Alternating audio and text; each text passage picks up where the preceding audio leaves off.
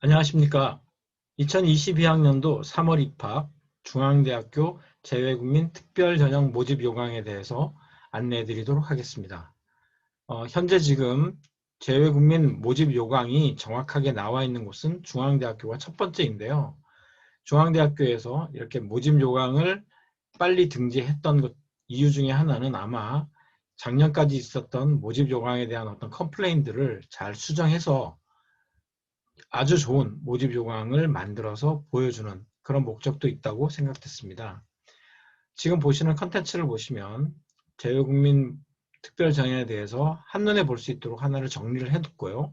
그리고 나머지는 좀 더 자세하게, 그래서 어머님들이 충분히 이해하실 수 있게끔 그렇게 정리를 해두었습니다. 그런 면에서 중앙대가 굉장히 많이 노력을 했다라는 것을 볼 수 있을 것 같아요. 모집 요강과 모집 인원, 그 다음에 지원 자격, 전형 일정 이렇게 쭉 나와 있는데 어머님들께서 굉장히 유의해서 보실 부분은 바로 이 부분인 것 같습니다. 서류 제출 부분에서 방법이나 목록, 특히 여기 주의사항 이 부분을 굉장히 중요하게 어머님들이 꼼꼼하게 체크해서 보시면 서류 지원하는 데 있어서 굉장히 도움이 될 것이라고 생각합니다. 뒷부분에 나와 있는 제출 서류 양식에 대해서는 어머님들이 좀 자세히 보시고요. 이제 한눈에 보는 재외국민 특별전형 한번 보도록 하겠습니다. 세부적인 내용은 10페이지에서 12페이지를 반드시 참조하라고 되어 있는데요. 사실 이 부분만 자세히 보면 이 부분에서 굉장히 중요한 포인트들을 찾을 수 있을 것 같아요.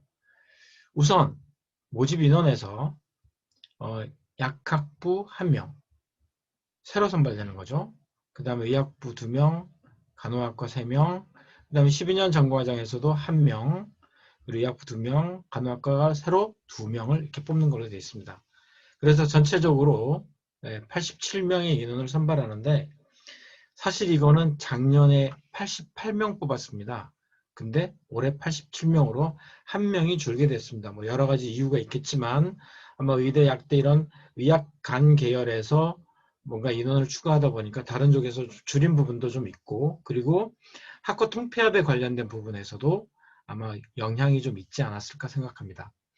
전형 방법에서 다른 학과들은 전부 서류평가 100%인데 의대와 약대의 경우는 서류평가, 그 다음에 면접, 면접하게 되는데 이 부분은 사실 의대와 약대에 관련돼서는 제가 따로 나중에 한번 방송을 하도록 할 계획을 가지고 있습니다. 왜냐하면 의대와 약대를 겨냥해서 준비하시는 분도 많겠지만 올해 약대를 새로 선발함으로 인해서 약간의 변동이 있을 것 같아요. 현재까지 약대를 선발하겠다고 공식적으로 말한 곳은 연대와 중앙대밖에 없지만 앞으로 나타날 다른 대학에서 약대를 또 선발하게 된다든지 또는 어떤 인원이 어느 정도 차지하게 되면 전부 계획을 좀 바꿔야 되는 그런 상황도 있을 수 있어서 이 부분에 대해서는 따로 한 번 더 방송을 준비하도록 하겠습니다.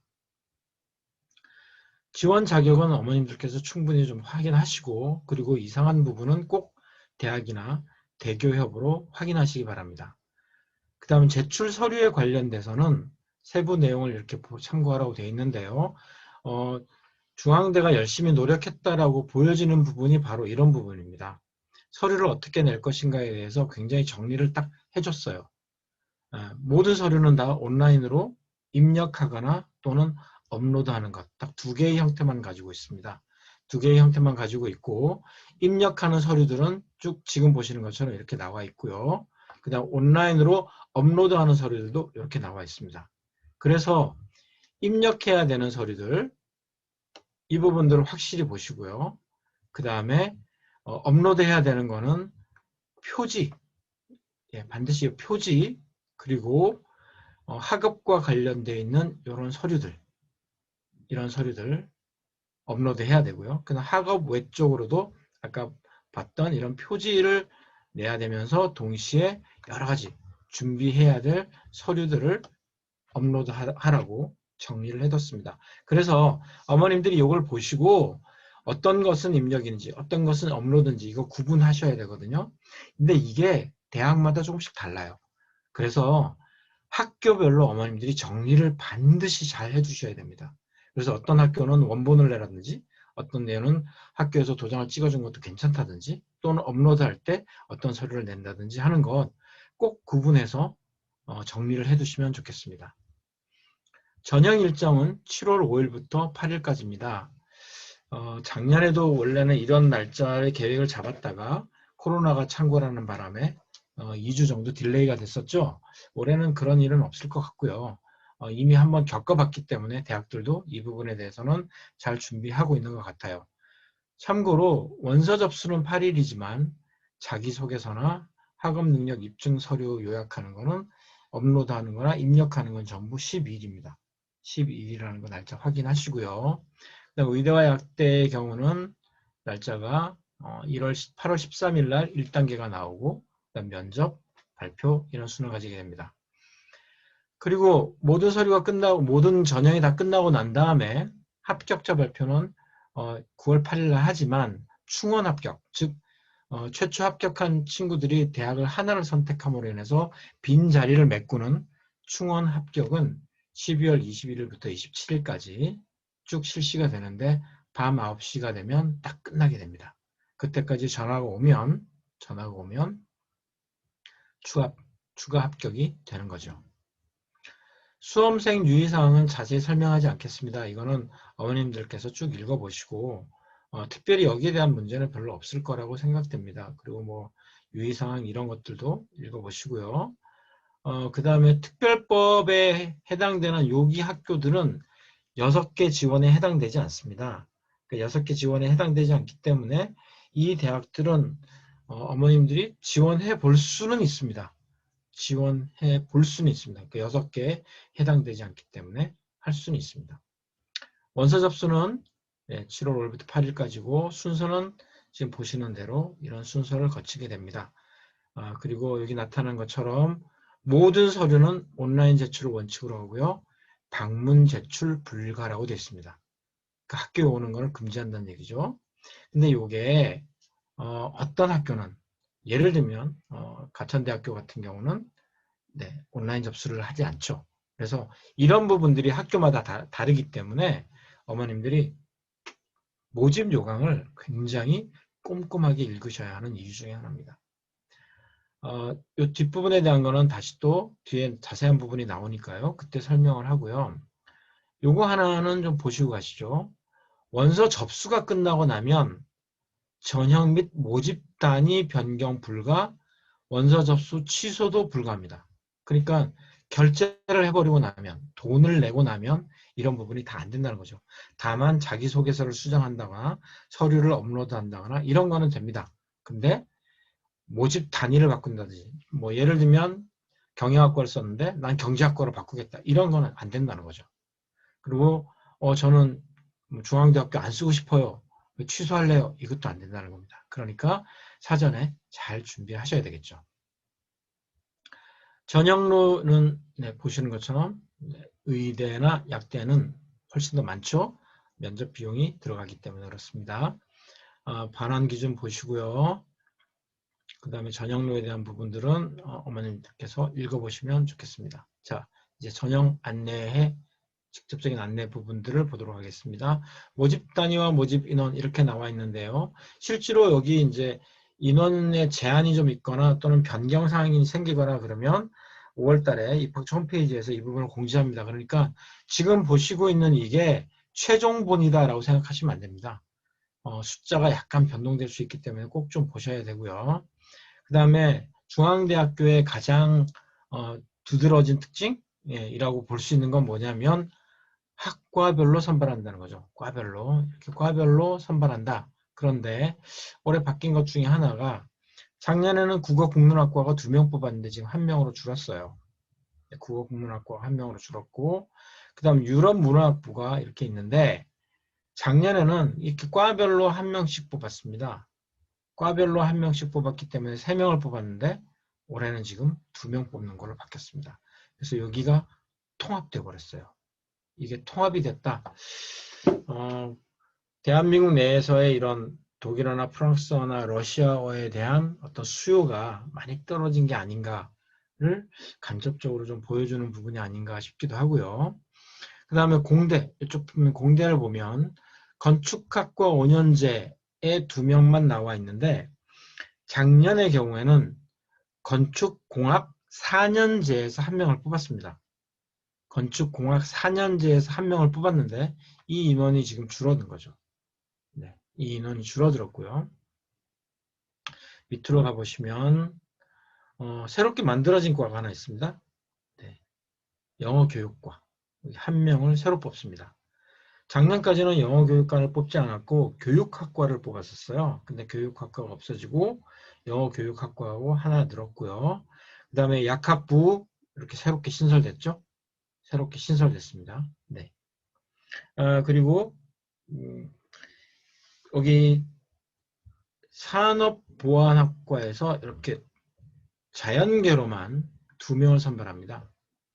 근데 이게 작년에는 인문 하나, 자연 하나 이렇게 뽑았었어요. 근데 인문을 없애버리고 자연에서 이렇게 인원이 늘어났고요. 그리고 예술 분야에서 예전에 없었던 이 공간 연출 분야에서 1명을 더 선발하는 걸로 되어 있습니다. 그래서 여기 보시면 지금 숫자 1이라고 적혀 있는 과들이 있죠. 숫자 1로 적혀 있는 과가 요건데요. 1. 체육교육과, 공간 연출, 패션 이런 부분들은 실기고사 없이 서류평가만 100% 한다. 그러니까 이 부분도 어머님들이 좀 잘 아셔야 되겠죠. 그러니까 뭐 패션 디자인을 하기 위해서 뭐 미술 학원에 가서 실기 준비한다. 이건 중앙대에는 해당되지 않는 얘기입니다. 전교육과정, 12년 전교육과정은 사실 큰 차이가 없지만 왜냐하면 모집 인원이 정해져 있는 게 아니기 때문에요. 다만 지금 보시는 것처럼 여기 건축공학 4년제를 뽑지 않는다는 거는 네, 똑같고요. 그리고 밑으로 가서 네, 여기 지금 특이한 것 중에 하나가 보이시죠? 사범대학이 없습니다. 12년 전 과정에서는 사범대학을 뽑지 않습니다. 그러니까 영어교육과 뭐 체육교육과 이런 과를 전혀 뽑지 않는다는 거 특이한 점 보이시는 거고요. 그 다음에 산업보안학과도 자연계만 뽑는다. 그 다음에 약학부가 1명 신설입니다. 이건 신설. 그 다음에 적십자간호에서 간호학과를 자연계열에서만 2명 뽑는데 이게 작년에 폐지됐다가 다시 부활된 거예요. 부활돼서 2명이네 이렇게 선발하는 걸로 되어 있고요. 공간연출 네, 이것도 새로 선발하는 걸로 됐습니다. 그래서 전부 서류평가 하는 걸로 되어 있습니다. 뒤에 가보시면 지원 자격 네, 이거는 이미 다 아실 거기 때문에 설명하지 않고 넘어가겠습니다. 그리고 여기 고교 1개년 3특의 경우는 고교 1개년인데 고등학교 1학년이 아닙니다. 고등학교 1학년 아니고 고교 1개년이라는 거 꼭 보시면 좋겠고요. 그 다음에 올해 조금 강조되는 것 중에 하나가 각 대학별로 강조되는 것 하나가 이 스쿨 칼렌더예요. 스쿨 칼렌더인데 이 스쿨 칼렌더에 대해서는 예전에는 그냥 졸업하는 학교 정도 또는 고등학교 정도만 스쿨 칼렌더를 요구했었는데 지금은 해당되는 학교, 그러니까 재학했던 학교들의 스쿨 칼렌더를 모두 다 냈으면 좋겠다는 쪽으로 방향이 바뀌었습니다. 그래서 이게 왜 그러냐면 날수를 따지는 거, 3분의 2, 4분의 3 이거 따지는 것 때문에 학사 일정표가 굉장히 중요해졌어요. 그래서 어머님들이 학사 개시일, 이 학사 개시일이 굉장히 중요한 상황이기 때문에 꼭 챙겨두시면 좋을 것 같습니다. 그리고 그 다음 12년 전 과정에서 자격 요건이 이렇게 좀 나와 있는데 좀 특이한 거 하나를 어머님들이 좀 보시면 좋을 것 같아요. 두 번째 보시면 한 국가에서 초등학교, 중학교, 고등학교를 다 나왔는데 12년이 안 되는 경우가 있다. 이 경우도 12년을 이수해 주겠다는 건데 예를 들면 필리핀 같은 경우는 이제 10년이면 고등학교 졸업하잖아요. 필리핀에 계신 어머님들 다 아시겠지만 근데 그럴 때 다른 나라에 있다가 필리핀으로 들어갔다든지 필리핀에 있다가 다른 나라로 나갔을 때 이게 학제가 굉장히 좀 혼란스러운 경우가 생기는데 이런 경우가 아니고 초등학교 때부터 고등학교 때까지 전부 12년을 해외에 있었다. 그러면 인정해 주겠다는 거죠. 또 하나는 요거 좀 아시면 좋을 것 같아요. 해외에서 전 교육과정을 이수하면 국내 학교 재학 여부와 관계없이 인정한다. 이게 무슨 말이냐면요. 예를 들면 학교를 다니다가 초등학교 5학년 때 한국을 들어왔어요. 그래서 한국에서 5학년을 했다는 거죠. 그리고 돌아가면 보통 어머님들이 6학년을 하게 되는데 6학년을 해버리게 되면 12년 전과정 자격이 없어지잖아요. 그래서 한국에서 5학년을 했더라도 해외에 나와서 다시 5학년을 완전하게 한 번 더 반복한다면 그렇다면 아무런 상관없이 12년 전과정이 된다라는 그런 뜻입니다. 이 부분은 조금 유의해서 보시면 더 좋으실 것 같아요. 지원 자격은 좀 보시고요. 검정고시 이런 거 인정되지 않는다는 거 그래서 어머님들 검정고시 보시면 안 됩니다. 그래서 이런 부분들 꼭 확인하셨으면 좋겠고요.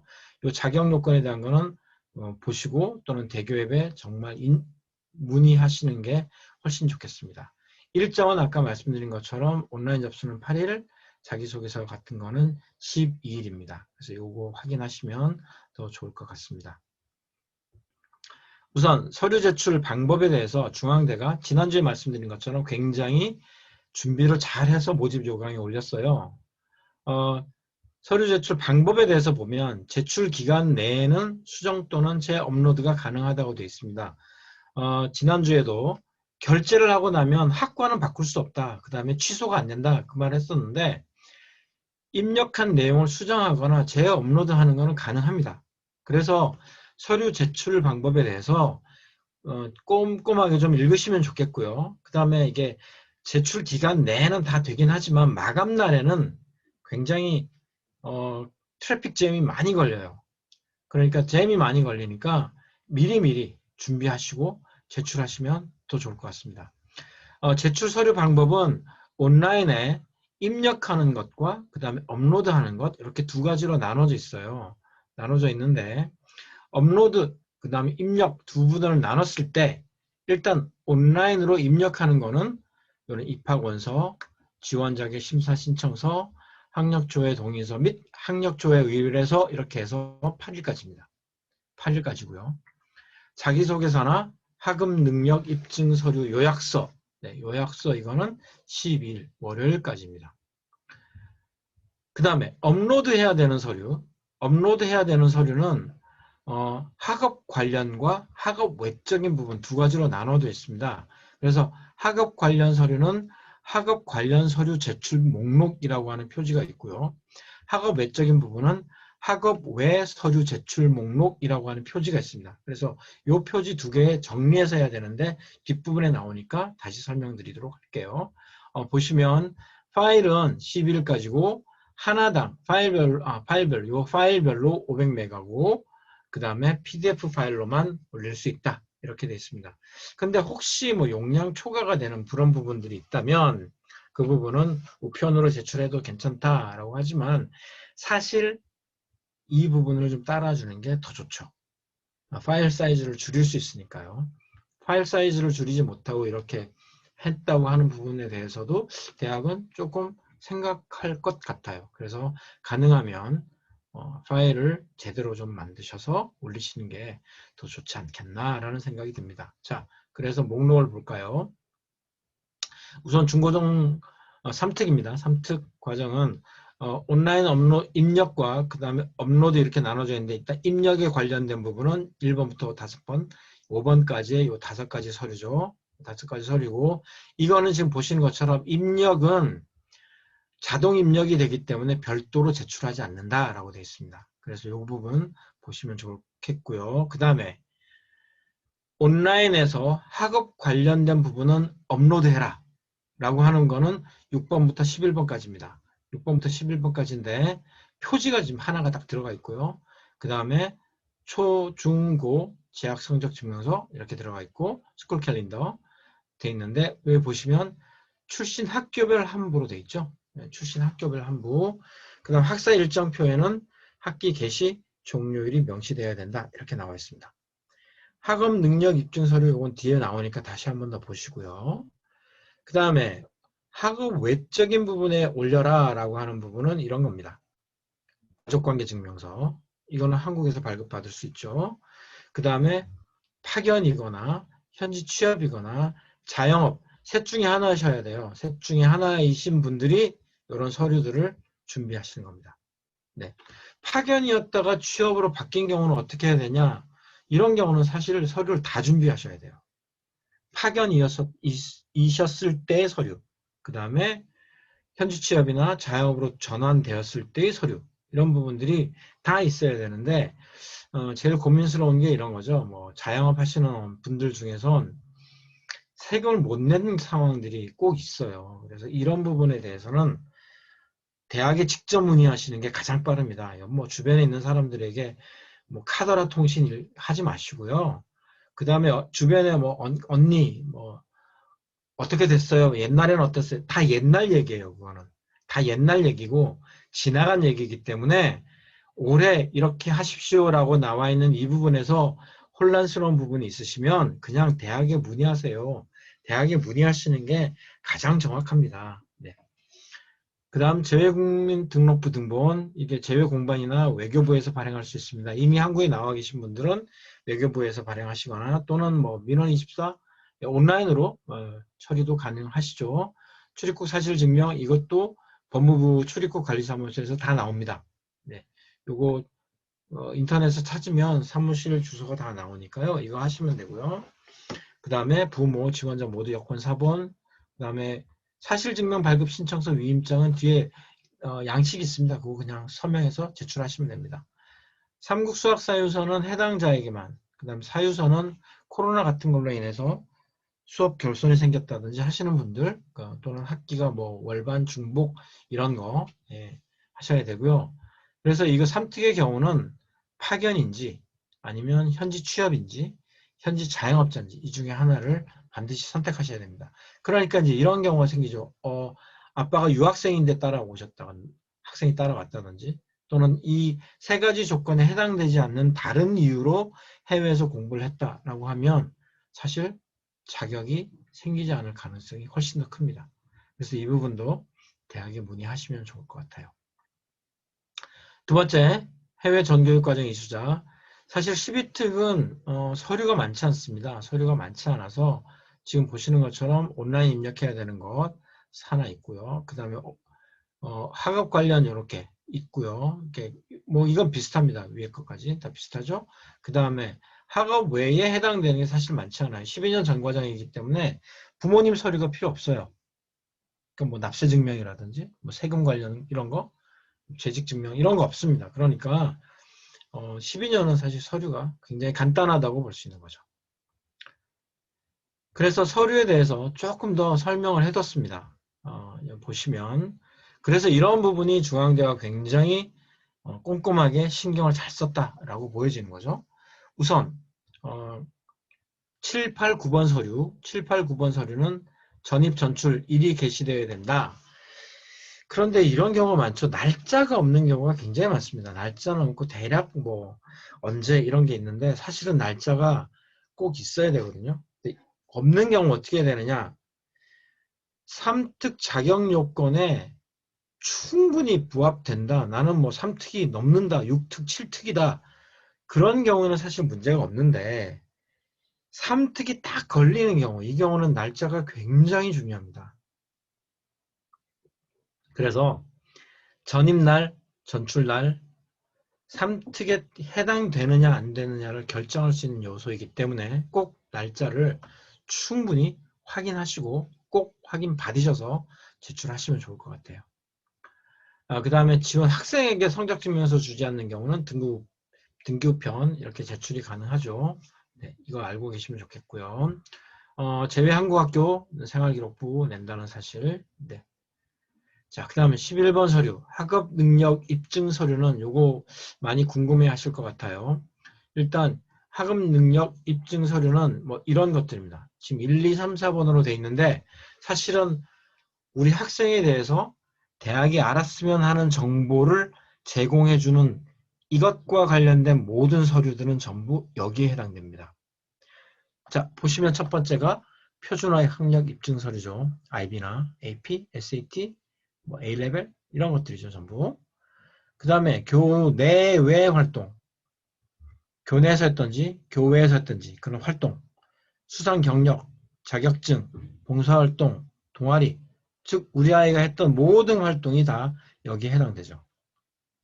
그 다음 어학, 토플, 토익 이런 부분들, 뭐 JLPT나 HSK 이런 것들. 그 다음에 나머지 여기에 해당되지 않지만 뭔가 좀 다른 거, 난 이런 걸 꼭 자랑하고 싶어, 이런 걸 좀 알아주셨으면 좋겠습니다 하는 그런 서류들은 이제 4번에 해당되겠죠. 여기서 이제 꼭 확인하실 게 요겁니다. 추천서. 네, 추천서는 평가 1절 반영되지 않기 때문에 제출할 필요가 없는 거죠. 그래서 이게 10매 이내로 내라고 돼 있는데 사실 IB 학교든 AP 학교든 요 하나만 내고 나면 그 다음 나머지 뭐 토플 뭐 이런 거 HSK 뭐 또는 JLPT 또는 뭐 델레 이런 거 내고 나면 사실 활동 서류로 낼 수 있는 게 4개에서 6개 정도? 네, 그 정도밖에 없어요. 그래서 어떤 서류를 낼 거냐 하는 게 되게 중요한 부분이 되는 거죠.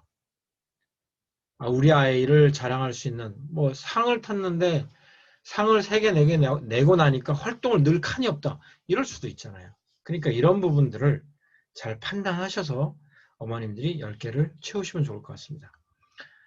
그 다음 여기 내용 구성은 뭐 보시는 것처럼 자유양식이다. 요게 있죠. 요게 축소 확대 편집이 가능하다. 축소 확대 편집이 가능하다는 게 판독이 가능한 수준이어야 된다는 거죠. 잘 보이는 거. 예를 들면 학교에서 뭐 우수상 이런 걸 받았는데 상장이 여러 개다. 그러면 이제 이렇게 편집을 할 수 있는데 이게 또 대학마다 달라요. 중앙대는 지금 편집이 가능한 걸로 나와 있지만 이게 안 되는 경우들도 꽤 있기 때문에 이런 부분도 어머님들이 꼭 확인하셔야 되겠습니다. 제출 방법은 제본하거나 스테이플러 사용하지 말라고 돼 있죠. 네, 그 다음에 스코어 리포팅, 뭐 예를 들면 토플이나 SAT, 뭐 또는 AP나 IB 이런 걸 하라고 했는데 이게 화면을 캡처했을 경우에는 원서 접수 기간 내에 신청하라고 돼 있어요. 네, 원서 접수 기간 내에 신청하라고 돼 있는데 문제는 뭐냐면 공인 시험 성적이 열매의 선정에 포함되니까 열매 안에 들어가야 되는데 만약에 이런 경우 화면 캡처본 같은 거를 제출했을 시에는 해당 성적에 대한 진위 여부를 확인할 수 있는 수단을 반드시 적어야 된다. 그러니까 스코어 리포팅을 했다라던가 또는 스코어 리포팅 전에 이 캡처본을 확인할 수 있도록 아이디하고 패스워드를 준다든가 하는 그런 방법을 선택해서 꼭 알려줘야 된다는 거죠. 그래서 이 부분들은 어머님들이 꼭 유의하시고요. 사실 이거 원서 접수 기간 내에 신청하는 것도 방법이시지만 마음이 결정되시면 조금 빨리 하셔도 나쁘지는 않습니다. 그 다음 서류 제출 시 유의사항 어머님들 좀 읽어보시면 좋겠고요. 뒤에 이제 서류 부분이 좀 있어서 불필요한 부분들은 빨리 넘어가도록 하겠습니다. 전형 방법, 네, 지난주에 제가 설명드렸고요. 서류 평가 방법에 보시면 이 펜타곤 평가라고 돼 있긴 하지만 여기를 좀 자세히 읽어보시면 좋겠어요. 일단 서류를 종합적으로 평가한다. 그 다음에 활동, 학업 소양, 그다음 배우고 느낀 점, 그래서 종합적으로 평가한다 이렇게 돼 있는데 이 부분에 있어서 조금 아쉬운 부분은 우리가 제출할 수 있는 서류가 10개 정도에 한정돼 있고 그리고 자기소개서의 분량도 줄어들었고 추천서도 낼 수 없고 그러다 보니 예년에 비해서 뭔가 이렇게 학생의 어떤 장점을 찾아내는데 제공되어야 되는 정보가 좀 부족한 거 아닌가 하는 그런 안타까운 마음도 좀 있습니다. 그래서 이런 부분들은 어머님들께서 자기소개서 또 서류 이런 부분에서 충분히 좀 커버할 수 있도록 준비를 하셔야 될 것 같고요. 펜타곤 전형도 지금 이렇게 보시면 5가지 영역을 좀 잘 보겠다라고 하는 뜻인데 자세히 읽어보면 약간 학업적인 부분이 좀 더 강조된 거 아닌가라는 안타까운 마음이 좀 들기도 합니다. 네, 이 부분은 어머님들께서 읽어보셔야 꼭 읽어보시길 바라고요. 면접은 약학부, 의학부인데 사실 약학부는 지금 올해 처음 시행하는 거기 때문에 어떤 면접이 나올지는 잘 모르겠습니다. 근데 작년도 중앙대 의대 문제가 그렇게 쉽지 않았어요. 네, 쉽지 않았습니다. 그래서 면접에 대해서는 사전에 좀 잘 준비하시는 게 굉장히 도움이 될 거라고 생각됩니다. 네, 이 부분도 좀 읽어보시면 좋겠고요. 네. 등록에 대한 부분들은 그냥 넘어가겠습니다. 이거는 기회가 된다면 사실 제일 좋은 부분은 합격하는 게 가장 좋은 거니까요. 서류 양식 부분에서 이제 요 앞에 한 4개 정도 서류에 대해서 좀 말씀드릴게요. 자기소개서는 보시면 질문이 바뀌었습니다. 네. 3가지 있죠. 3가지 질문인데 지금 2번하고 3번이 대교앱에서 제시한 문제예요. 예전의 자소서 문제하고는 많이 바뀌었죠. 네, 예년의 자소서 4개를 쓰는 거에서는 사실 많이 바뀌었는데 활동 부분이 조금 예년에 비해서 좀 더 많이 줄었다고 보여지고요. 그 다음에 이 부분은 중앙대가 항상 준비했던 그런 부분 중에 하나인데 적응하기 위해서 노력했던 경험, 그 다음에 한국대학 적응하기 위해서 어떤 노력을 미칠 수 있는가, 이런 부분들을 쓰라고 돼 있는데 이게 작년에 800자였거든요. 근데 이게 지금 1000자가 됐어요. 그래서 이런 경험이 결국 현지에서의 삶을 어떻게 살았는가, 이런 부분에 대한, 그러니까 재외국민으로서의 전형의 특색을 바로 보여주는 것 아닌가 하는 그런 생각이 들어요. 그래서 이 부분은 굉장히 중요할 것 같고요. 사실 1번하고 2번에서 나타나는 부분이 자기 전공과 관련된 그런 질문들을 말할 수 있을 것 같아서 참 좋은 질문이 아닐까라는 생각이 들고, 3번은 타인과 공동체를 위해서 노력한 경험. 이게 어디 있냐면 아까 보셨던 펜타곤 평가 방법 중에 이 부분이 있어요. 네. 그래서 펜타곤 평가 방법 중에 있던 중요한 부분 하나를 이렇게 가지고 왔고, 더군다나 이 부분은 인성적인 측면, 그리고 우리 사회의 리더가 되는 학생으로서 가져야 될 사회적 약자에 대한 배려, 이런 것들이 아닐까라고 저는 생각하고 있습니다. 굉장히 중요한 질문이고, 네, 800자죠. 네.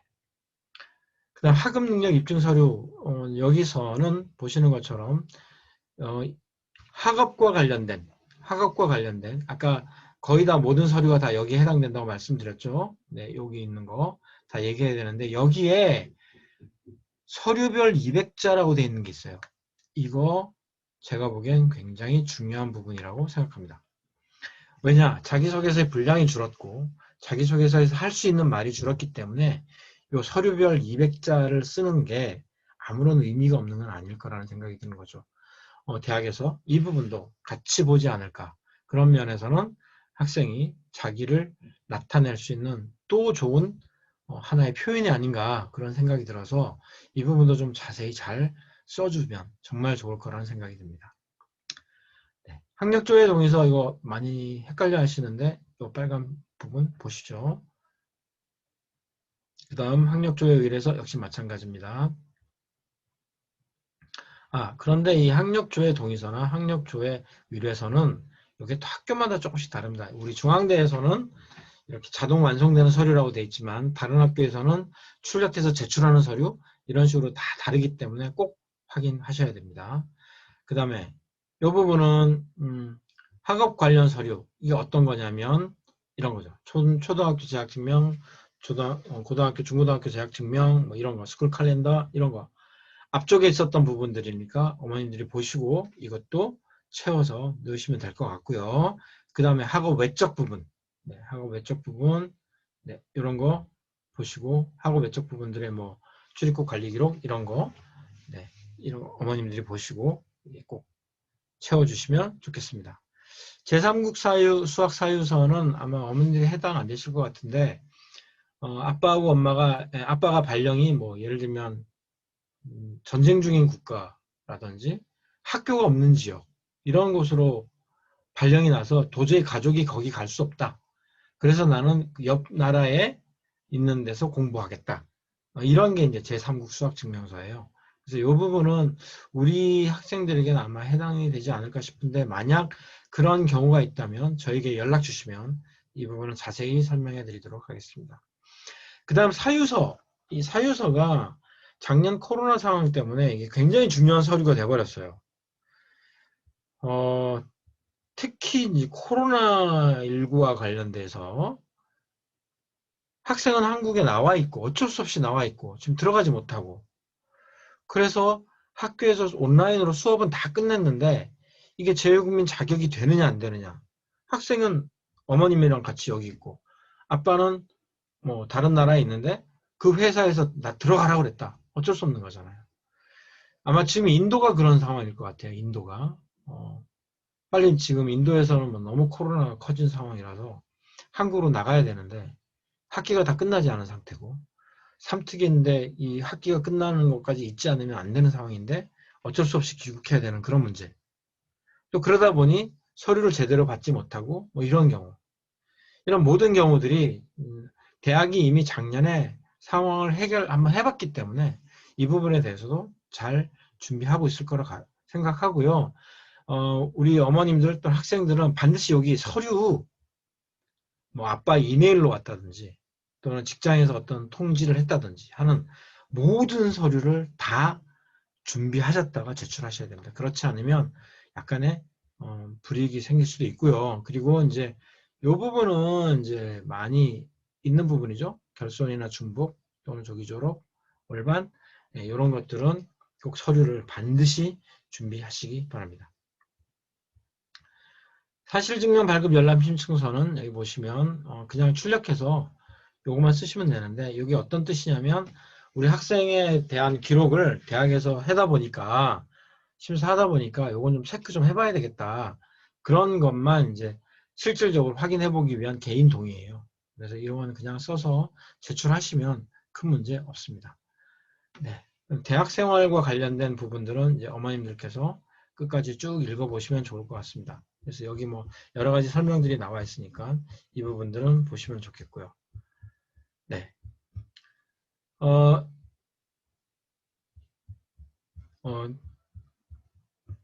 재외국민 전형에 관련해서는 입학처에서 이 부분들에 대해서 여러 가지 얘기들을 해주실 수 있을 겁니다. 그래서 지금 나타나는 이런 서류들에 맞춰서 궁금하신 부분들이 있으시면 저희에게 연락하셔도 괜찮고요.